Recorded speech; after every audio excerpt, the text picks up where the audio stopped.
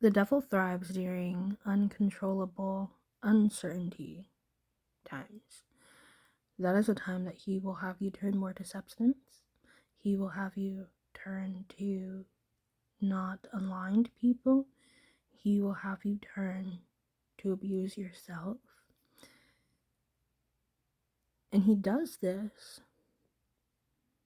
when you are at your lowest, when you are mourning someone, when you've gotten news that you can't find a solution to right away, that you do not have full control over. He comes during the loss of a job, during those seasons where you're hunting, looking, and you keep getting denials. You're too qualified for the position. You don't hear back from the job. The job wasn't even real because we got those shits going on too, bitch. We do. AI is on it, okay? It's watch out for that. But anyways, and I'm not surprised. I think the most favorite time I've seen the devil like to come in is after someone has passed away or is in the hospital or both. But mostly when they pass away. They will come after someone passed away and they will take over someone's household. They will purposely bring in more low vibrational people. They'll purposely bring in the substances into the household that may have not been there before.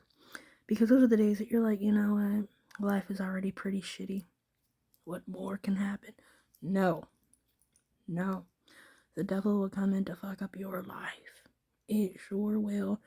And if you allow it long enough, it'll do just that.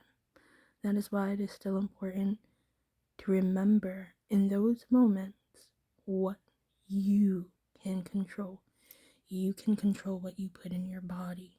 You can control who you speak to and who you allow into your home, who you allow in your body, who you allow around your energy.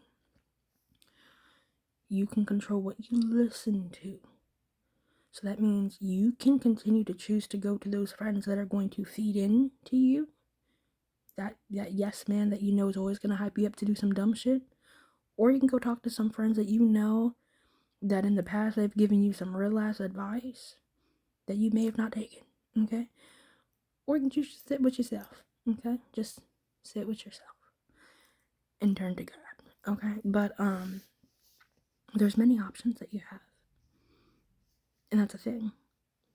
That's the devil will try to convince you of too, that you do not have any options, that there's no other choice but the one that I'm giving you. No. Now, when you wake up one day after years of mourning someone, after years of coming to terms of, those uncontrollables, when you wake up, as hard as it will be, try not to be upset with the choices that you made during the time frame that the devil was working on you. Because, yes, you still want to take accountability for the things that you do. You still want to do apologies if there's apologies owed somewhere. If you've hurt somebody during the time frame and you can still apologize, do it. But if you have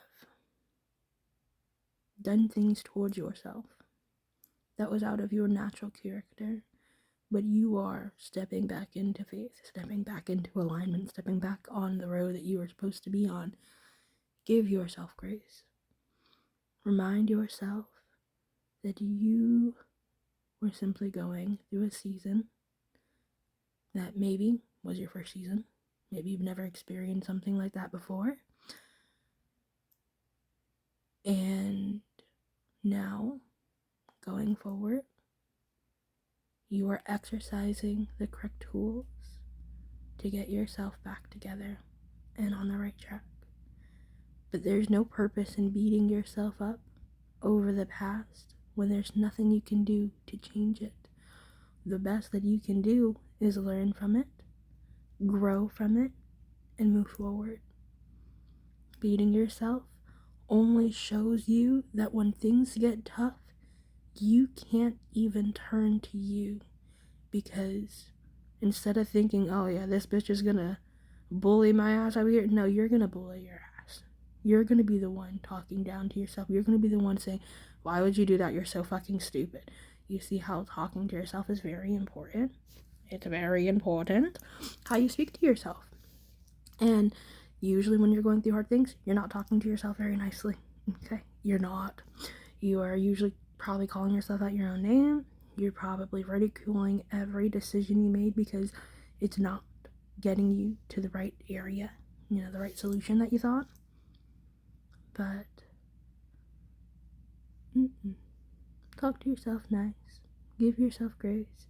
Forgive yourself for the things that you've done that were not something that you would have done if you were in your right mind. Try to stay away from comparison, because that is a thief of joy too. That's another thing.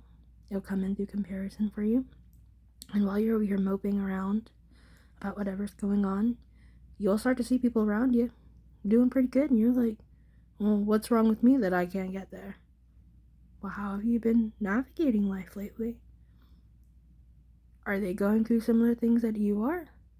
No, they may not be. And you have no idea what the things they had to do to get to where they are.